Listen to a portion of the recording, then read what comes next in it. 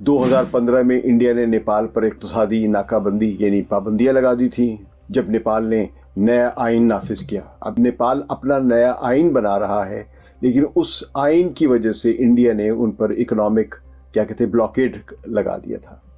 اس blockade کے دوران petrol, gas اور ضروری اشیاء کی شدید قلت پیدا ہوئی تھی، جس نے نیپالی عوام کو انڈیا کے خلاف کر دیا تھا۔ لیکن اس وقت امریکہ نے اس بحران میں سفارتی سطح پر نیپال پر دباؤ ڈالا کہ وہ اپنی پالیسیوں کو انڈیا کے قریب کرے۔ یعنی امریکہ نے نیپال پر یہ دباؤ ڈالا کہ اپنی پالیسیز، اپنے آئین، اپنے سیاسی سارے کام جو ہیں یا اکنامک پالیسیز ہیں یا یہاں تک کہ اپنی خارجہ پالیسی جو ہے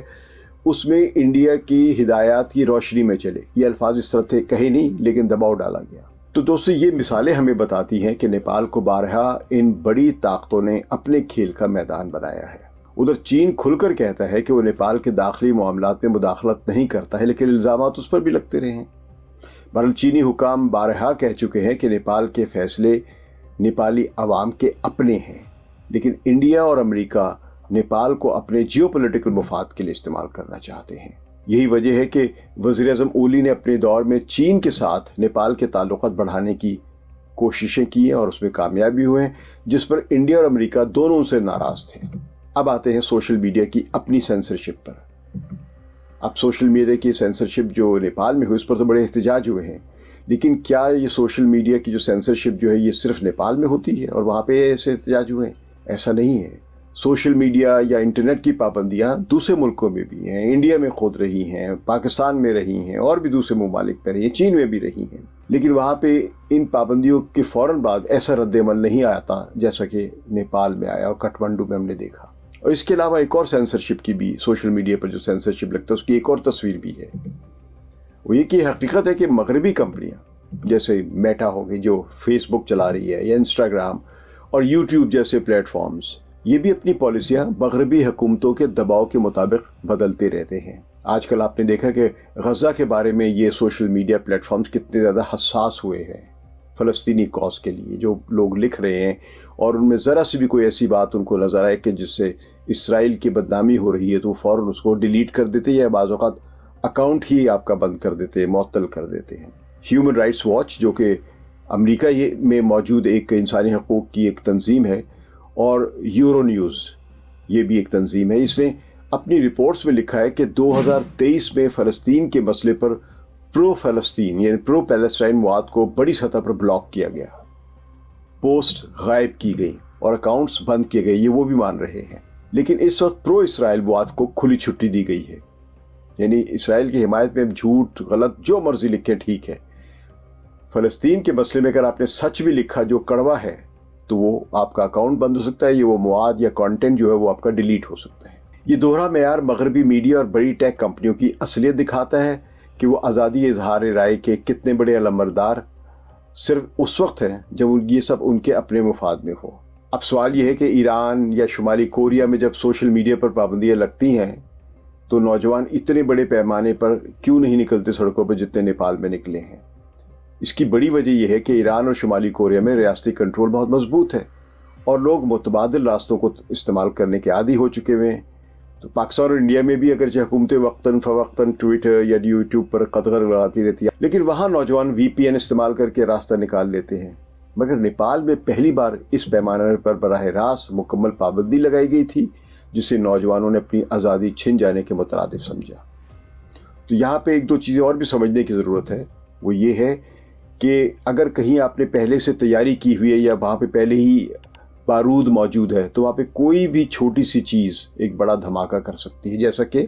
عرب اسپرنگ کے دوران ہوا تھا جب تیونس میں ایک بو علی نامی ایک دکاندار نے خودکشی کر لی تھی، اور وہ خودکشی کی خبریں جب سوشل میڈیا پر پھیلی تو پہلے تو تیونس میں ہنگامے شروع ہوئے اور پھر عالم عرب کے نوجوانوں میں جو سوشل میڈیا کا استعمال کرتے تھے ان سب نے پھر آپ نے دیکھا کہ کتنی بڑی ایک تبدیلی لانے کا وہ سبب بنے تھے۔ تو بہرحال یہ احتجاج نیپال کے لیے جمہوریت کے ایک نئے باب کی نشاندہی بھی کرتا ہے، یعنی اب لوگ اپنی آزادیاں رکھنا چاہتے ہیں، لیکن اس میں یہ بھی خطرہ موجود ہے کہ بیرونی مداخلت کرنے والے لوگوں کے سیاسی شعور یا آزادی کے حق کے استعمال کو کس طرح رجیم چینج کرنے کے لیے اس کا استعمال کر سکتے ہیں۔ اگر واقعی یہ احتجاج بیرونی مداخلت کا حصہ تھے، جیسا کہ ان کے وزیر اعظم اولی نے بھی الزام لگایا ہے، تو نیپال کے مستقبل میں مسلسل عدم استحکام پیدا ہوگا، کیونکہ جب اس طرح حکومتیں بدلتی ہیں، رجیم چینج ہوتی ہے، تو وہ ایک نیا نظام ایک دم سے نہیں بن جاتا، ایک طویل عرصے تک انسٹیبلٹی رہے گی، اور نہ جانے اس انسٹیبلٹی کے نتیجے میں اور مزید کیا کچھ ہوگا۔ لیکن ہم یہ دیکھ سکتے ہیں کہ اس وقت ایک مشہور و معروف امریکی کردار ڈونلڈ لو